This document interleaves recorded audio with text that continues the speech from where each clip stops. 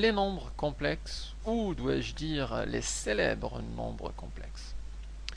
J'ai toujours pensé que les nombres complexes, en fait, ont eu beaucoup de malchance à être appelés comme ça. Je m'explique. Regardez par exemple les nombres de l'ensemble n. Ce sont les nombres naturels, très clairs. 2, 3, 4, 10, 1 milliard, etc. Regardez l'ensemble z. On l'a appelé les nombres relatifs. Relative à 0. C'est-à-dire ceux qui sont supérieurs à 0, c'est les nombres 2, 5, etc. Ce sont les nombres positifs. Et ceux qui sont inférieurs à 0, donc c'est les nombres négatifs. Regardez l'ensemble R. On les a appelés les nombres réels. Voilà, ça, c'est des nombres réels, on utilise ça. Il y a des virgules dedans, on peut même utiliser des racines comme des racines de 3, etc. Mais alors, pour l'ensemble C, on n'a pas trouvé mieux que les nombres complexes. Qu'est-ce que ça veut dire un nombre complexe? Alors pour le commun des mortels, complexe, c'est équivalent à compliqué. Alors, vaut mieux ne même pas les utiliser, même pas les connaître. Moi, je les aurais appelés les nombres super. Ça, c'est plus marrant. Les nombres supra. Ça a une connotation positive. Alors que les nombres complexes, c'est vraiment... Moi, je dis un moins pour le mathématicien qui les a appelés comme ça. Il aurait pu se creuser la tête mieux que ça. Mais bon, donc ce cours-là est dédicacé à ces nombres mal aimés, mal compris, mais fort utile pour tout ce qui est ingénierie, pour tout ce qui est particulièrement en ingénierie, mécanique, électricité, les télécoms, etc. Ça c'est vachement utile et je leur dédicace ce cours. Alors, attaquons donc ce cours sur les nombres complexes. Alors, c'est quoi un nombre complexe? En fait, un nombre complexe est composé de deux parties. De deux parties. Et s'écrit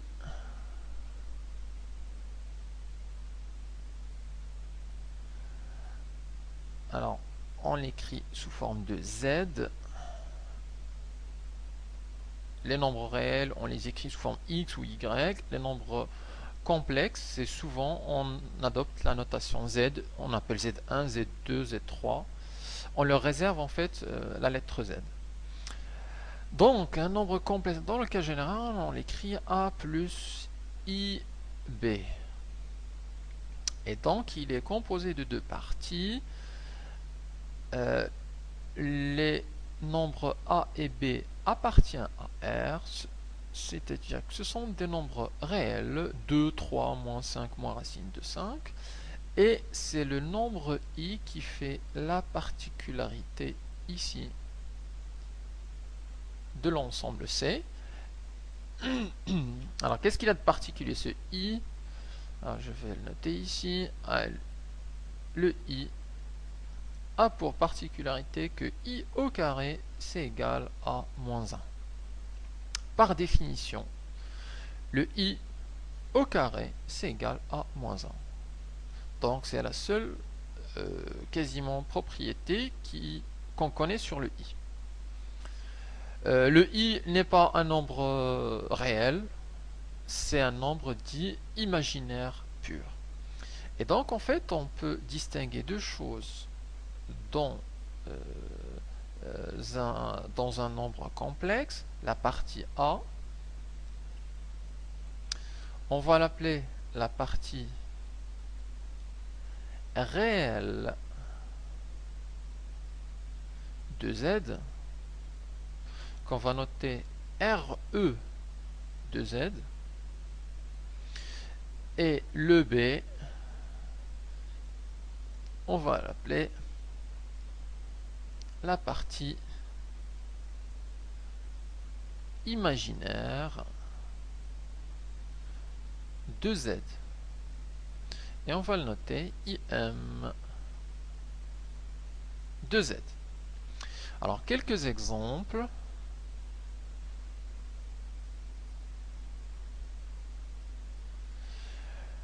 Des nombres complexes comme Z égale à moins 1/2.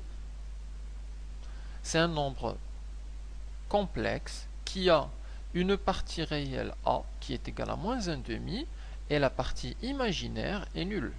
Donc le B là, il peut être nul. Ça nous fait 0 fois I, ça fait 0, et donc il nous reste simplement la partie réelle. Un nombre imaginaire, donc on peut dire de celui-là que c'est un nombre réel pur.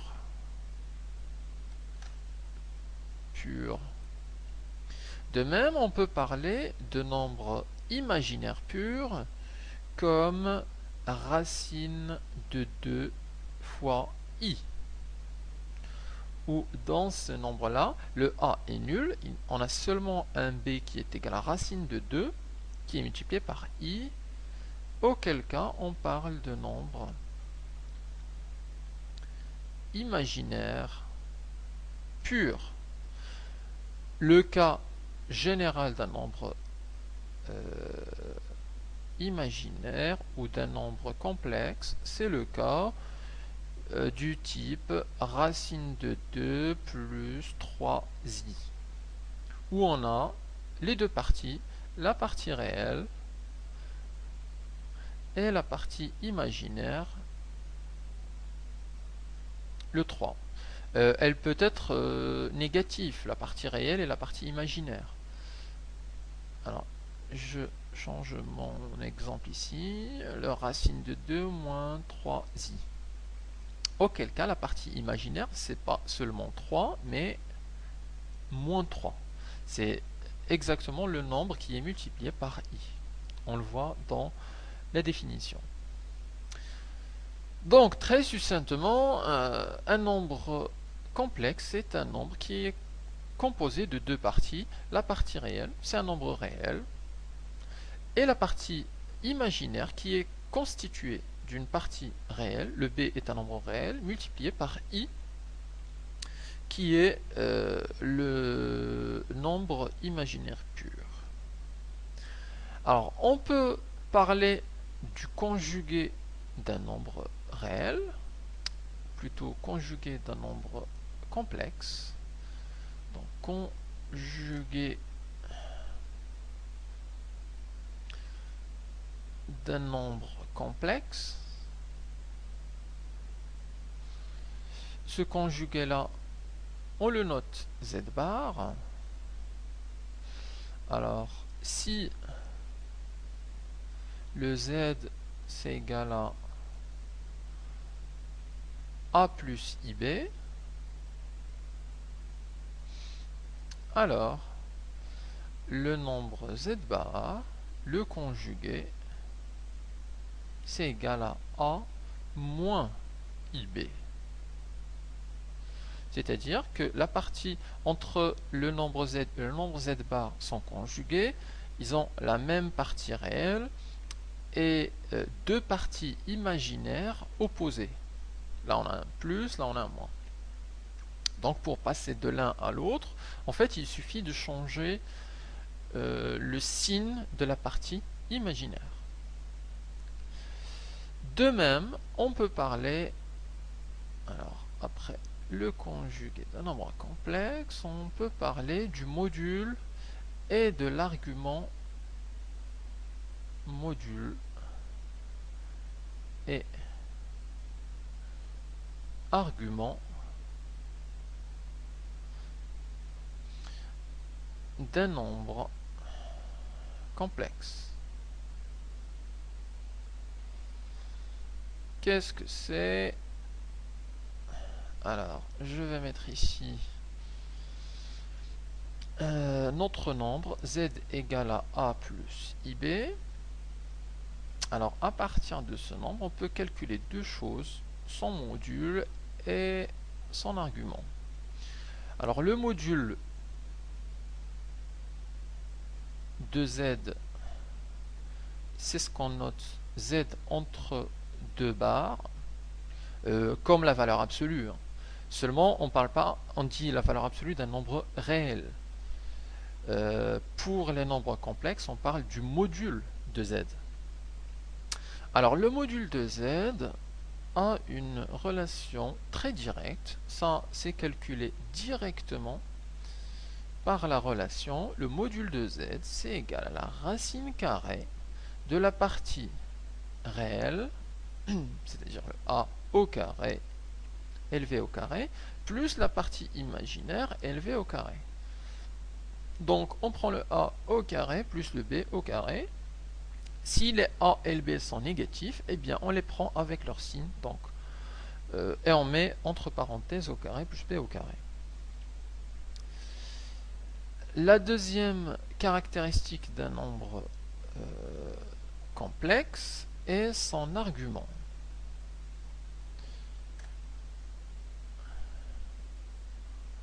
Alors, l'argument, ça correspond en fait à un angle. Et c'est un angle, en général, écrit en radian. Et on écrit l'argument de z. Alors, je vais noter dessus que c'est un angle en radian. C'est-à-dire du type, on trouvera pi sur 2, pi sur 3, des choses comme ça. Moins pi sur 6, moins 5 pi sur 6. Et cet argument-là, par contre, il est calculé de façon indirecte. Je m'explique. On n'a pas de relation directe pour trouver l'argument de z. Alors, comment on fait? En fait, on procède en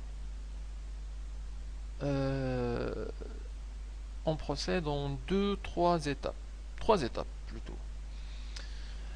Alors, premièrement, on calcule le module de z. Deuxièmement, on factorise z par le module de z. Et troisièmement, on identifie